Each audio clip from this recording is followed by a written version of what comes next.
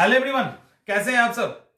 UPPSC जो नए student form भर रहे हैं ना, या अदर स्टेट के हैं, वो जब ऑफिशियल पीडीएफ देखने जा रहे हैं तो उनको हो रही है दिक्कत।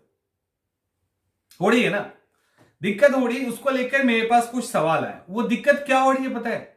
जब आप ऑफिशियल साइट पे जाएंगे तो वहां पे क्लिक, यूपीपीएससी का ऑफिशियल साइट पे जाओगे, साइड में आप लेफ्ट साइड में देखेंगे तो लिखेगा डाउनलोड सिलेबस। जब क्लिक करेंगे तो रेड कलर की एक पट्टी आएगी, वहां पे क्लिक करने के लिए आपको बोला जाएगा, और जब आप क्लिक करेंगे तो आपको दिखेगा ये जो दिख रहा है ना। अब इसके अंदर क्लियरिटी नहीं है। Current affairs, Indian history, Indian geography, polity, मतलब खत्म कर दिया गया यहाँ पे, पॉलिटी एंड इकोनॉमिक्स ऐसा करके। अब यहाँ क्लियरिटी है नहीं, ठीक है। एनवायरमेंट है या नहीं, जनरल साइंस ही है, करंट अफेयर्स का कहीं कुछ दिख नहीं रहा है, स्टैटिक्स, फिर उसके सेकंड पेपर का भी एक लाइन लिख दिया गया है। तो यहां हो रहा है बेसिकली कंफ्यूजन। तो हम इस वीडियो के अंदर आपको बताने की कोशिश करेंगे कि जो पेपर 1 है उसके अंदर क्या क्या है। देखिए, पेपर 1 जब आपके स्क्रीन पे भी जा रहा है, पहला ही कहा गया है राष्ट्रीय और अंतरराष्ट्रीय महत्व की घटना, यानी आपसे करंट अफेयर्स की डिमांड कर रहा है।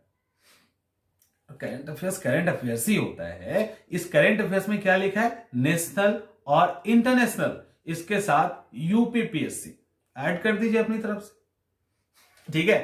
इसके साथ अपने तरफ से यूपीपीएससी को ऐड कर दीजिए। तो नेशनल, इंटरनेशनल और यूपी से रिलेटेड करंट अफेयर्स के सवाल। दूसरा सवाल भारतीय इतिहास, और उसके साथ ऐड किया है भारतीय राष्ट्रीय आंदोलन। नहीं भी ऐड करेगा तो मॉडर्न हिस्ट्री के अंदर सबसे अधिक सवाल फ्रीडम मूवमेंट से ही हर एक पीसीएस में, कन्याकुमारी टू जेएंडके, जहां भी पीसीएस एग्जाम होता है सब जगह यही पूछा जाता है। मॉडर्न हिस्ट्री का जो इंडियन फ्रीडम मूवमेंट है उसको बहुत अच्छे से करके जाओ, क्योंकि उसको अलग से लिख दिया गया है। और बाकी इतिहास, भारत का इतिहास, भारत का विश्व हिस्ट्री नहीं, कहीं कहीं जब आप सिलेबस देखोगे वेबसाइट पे, वहां वर्ल्ड हिस्ट्री को भी मेंशन कर दिया गया है, उसको हटा दीजिए, ठीक है। इतिहास, अब यहां पे एक कंफ्यूजन है। इस इतिहास के अंदर आपको एंशिएंट हिस्ट्री भी करना है, मेडिएवल भी करना है और मॉडर्न भी करना है, राइट। मॉडर्न के अंदर आपको स्पेशली मेंशन कर दिया गया है कि आपको इंडियन फ्रीडम मूवमेंट करना है, ठीक है। यहां तक तो समझ में आ रहा है। अब दिक्कत क्या हो रही है? आर्ट एंड कल्चर को लेकर, है ना। आर्ट एंड कल्चर को लेकर दिक्कत क्या है कि आर्ट एंड कल्चर को हम लोग क्या करते हैं, हिस्ट्री के अंदर एंशिएंट हिस्ट्री का पार्ट है वो, ठीक है। उसको आप थोड़ा सा अलग करके तब पढ़ते हैं जब वो स्पेशली मेंशन होता है। नहीं भी होता है तो आपको कुछ मंदिर, कुछ ऐसे आर्ट से रिलेटेड जो कंटेंट है एंशिएंट हिस्ट्री के अंदर, मेडिएवल हिस्ट्री के अंदर, वो थोड़े से करके जाने हैं, ज्यादा नहीं करना है। एकदम जो बेसिक होता है ना वही करके जाना है। कोई उसके अंदर ऐसा नहीं कि स्पेशली हमको कुछ भी करना है। एंशिएंट मेडिएवल के अंदर आर्ट एंड कल्चर का जो सेक्शन, उसको थोड़ा सा देख लीजिएगा, वो भी एकदम फेमस वाला। ये नहीं कि उसके अंदर एज ए ऑप्शनल हमको अंदर चले जाना है, ठीक है। तो आर्ट एंड कल्चर थोड़ा सा एंशिएंट में कर लेंगे, थोड़ा मेडिएवल को कर लीजिएगा, और मॉडर्न हिस्ट्री अच्छे से करना है। इसके बाद है भारत और विश्व का भूगोल, यानी इंडिया तो करना ही है और वर्ल्ड भी करना है। इंडियन ज्योग्राफी पे ज्यादा फोकस करना है। और ज्योग्राफी में कौन कौन सा सेक्शन तो देख लो, यहां पे प्राकृतिक यानी नेचुरल, और सामाजिक, सोशल एंड आर्थिक, ये तीनों पूछा गया है। किसका? इंडिया एंड वर्ल्ड का। ज्यादातर कहां से आएंगे? अब इंडियन ज्योग्राफी से। तो ज्यादातर सवाल जो होगा वो इंडियन ज्योग्राफी से होगा। वर्ल्ड ज्योग्राफी से भी सवाल होगा। मैप पे कस के पकड़ बना के जाना है। मैप पे आपकी पकड़ बहुत ही सॉलिड होनी चाहिए। मैप पे अच्छी पकड़ रहेगी तो सवाल ही नहीं उठता है। मतलब ज्योग्राफी के आप आधा सवाल तो वैसे ही सॉल्व कर लोगे। और मैप पे पकड़ बनाने में आपको कितना टाइम लगेगा? 30 मिनट, 15 दिन, इतना ही। अगर सीरियसली आप 30 to 45 मिनट 15 दिन दे रहे हैं ना, तो आप मैप में एकदम कमाल कर दोगे, कहीं कोई दिक्कत नहीं होगी। इतना है ही नहीं कंटेंट। और उसके बाद पॉलिटी, तो पॉलिटी के लिए अगर आपको बताएं, यहां लिखा हुआ है वैसे, संविधान, राजनीतिक प्रणाली, पंचायती राज, लोक नीति, अधिकार से संबंधित मुद्दे, इतना झोल झाल में जाने की जरूरत नहीं। पॉलिटी लक्ष्मीकांत। पॉलिटी के अंदर जो सामान्यतः यूपीएससी, यूपीपीएससी, अदर पीसीएस के अंदर जो सवाल आते हैं ना, पार्लियामेंट से, राष्ट्रपति से, संघ से, राज्य से, fundamental right, fundamental duty, DPSP, preamble, तो यही सब संबंध है। सब संशोधन आर्टिकल जो है ना, बस वही है। पंचायत, नगर पालिका, पंचायत चूंकि मेंशन किया है तो बिहार के अंदर भी आप देखते हो पंचायत से सवाल बहुत रहते हैं डेप्थ में, तो वही यूपी से भी एक बार कर लीजिएगा। बाकी एज यूजुअल वही है, इसके अंदर ज्यादा कुछ दिमाग लगाने की जरूरत नहीं है, बिल्कुल ही नहीं है।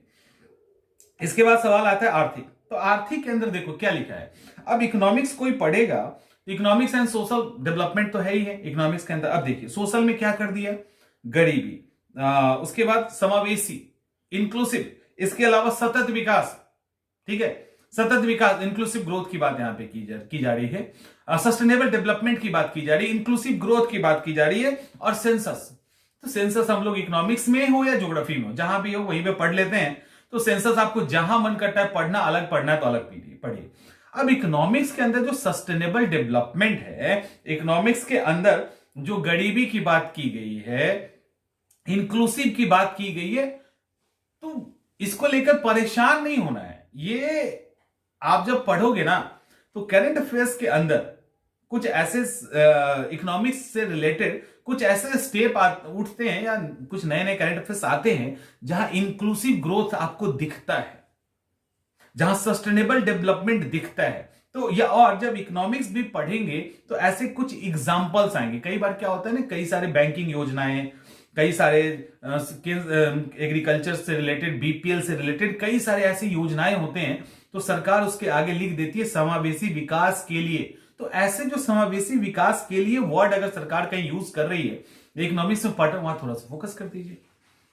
बाकी तो वही सारा पढ़ना है कि जीडीपी क्या होता है, जीएनपी क्या होता है, इन्फ्लेशन क्या होता है, इसका असर क्या होता है, कैसे डिफ्लेशन होता है, डिमोनेटाइजेशन क्या है, इसके अलावा 5 ईयर प्लान क्या है, नीति आयोग क्या है, मतलब जो नॉर्मली हम लोग पढ़ते हैं, किस तरह से फर्स्ट जनरेशन का इकोनॉमिक रिफॉर्म आया, फिर सेकेंड जनरेशन का कैसे रिफॉर्म आया, किस तरह से चीजें बदली, तो वही सब पढ़ना है। Agriculture, primary, secondary, tertiary, fourth, fifth, ये सारे सेक्टर्स आपको एक बार देख लेने हैं। तो इकोनॉमिक्स में जो पढ़ते हैं एज यूजुअल वही पढ़ के जाना है जो एग्जामिनेशन के अंदर रहता है।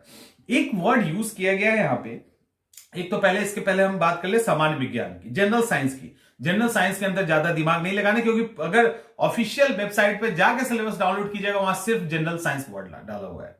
तो जनरल साइंस के अंदर हिस्ट्री, जनरल साइंस के अंदर physics, chemistry and bio, physics, chemistry and bio, उसमें बायोलॉजी, जो बायो है उस पे आपको फोकस करना है। बायो से सवाल अधिक आएंगे, फिजिक्स केमिस्ट्री से उसके कंपेयर में सवाल कम होगा। लाइक मॉडर्न हिस्ट्री से सवाल अधिक होते हैं, एंशिएंट मिडावल से कम होता है। वही स्थिति साइंस में है, bio as a modern history और physics chemistry as a ancient और मिडावल, एकदम एज इट इज उसी तरह से है।